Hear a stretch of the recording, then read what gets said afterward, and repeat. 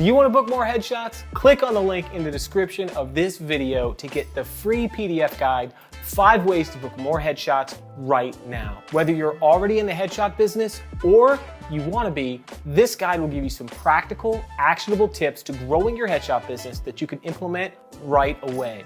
Don't wait, click on the link and get your free guide right now. In a series of videos I'm calling Questions I Get All the Damn Time, I wanted to address what's maybe the most common one. What's the best lens for headshots? Here's a spoiler alert. There is no one lens or focal length that's the best for all headshots. The bottom line is there are no rules. None.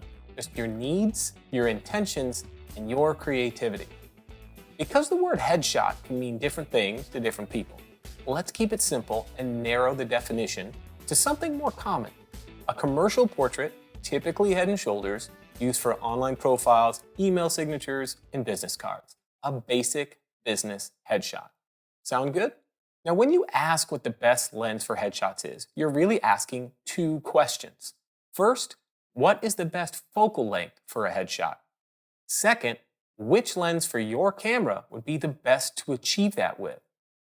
To set the stage, let's agree that when I talk about a specific focal length, what I mean is the effective focal length. On a full-frame camera like the Canon R5, 85mm is 85mm. On a crop sensor camera like the Canon R7, an 85mm lens has an effective focal length of around 135mm because the smaller sensor doesn't use the full width of the lens. Let's start with focal length. A lot of this comes down to personal preference, but I bet if you were to take a survey of all the top headshot photographers on the planet, I think you'd find that the vast majority of headshot pros are shooting somewhere between 85mm and 135mm when creating business headshots. Although it's impossible to account for all the reasons why this focal range is the most popular, my guess would be lens distortion plays a pretty big role. You see, when you're composing an image for head and shoulders only and using a wide lens, that means you have to get pretty damn close to the subject. The closer you get, the more the wide lens distorts the facial features of the subject.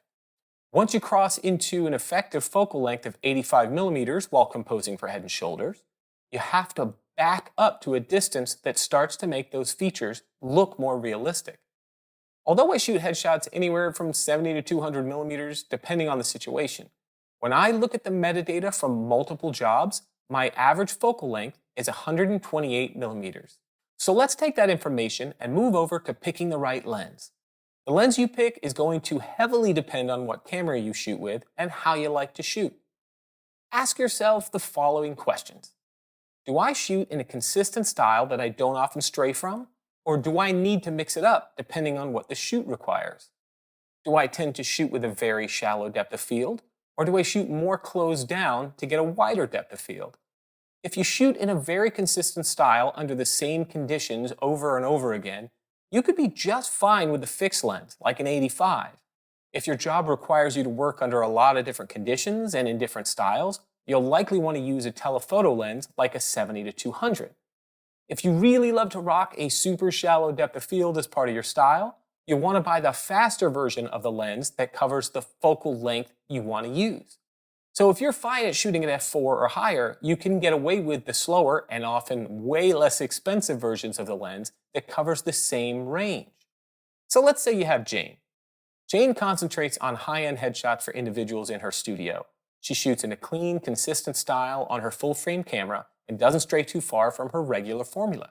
Sometimes she likes to switch it up and use a really shallow depth of field, but other than that, doesn't do much beyond head and shoulder shots in her style. In that case, Jane would be totally happy shooting with an 85mm f2. Now over here, you have Bob. Bob is a high volume guy, often shooting 100 people in a row. Bob sometimes has a whole ballroom to himself, and other times he's running a headshot station in a tiny trade show booth. Because of the fast and furious nature of his work, he always shoots at f8 to make sure everything is in focus, and he's as likely as not to replace the background for clients that need it. Bob would probably want a telephoto lens like a 70 to 200 and would likely opt for saving $1,000 and getting the f4 version over the 2.8 since he never shoots wide open anyway. In both of these examples, the photographers are shooting straightforward headshots, but under very different circumstances. Despite those differences, they both end up shooting their headshots in the ever-popular 85 to 135 headshot range. So the bottom line is, although there isn't a best lens for headshots, there is a best lens for you and how you work.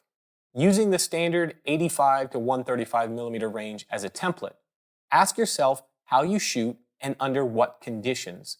If you need more flexibility, get the best telephoto lens you can manage that covers that range. If you want light, simple, and deadly sharp with the possibility for crazy shallow depth of field, a fixed 85mm might be the way to go. If you want to see more, check out my video about my top 3 headshot lenses, and don't forget to like and subscribe. Thanks for watching.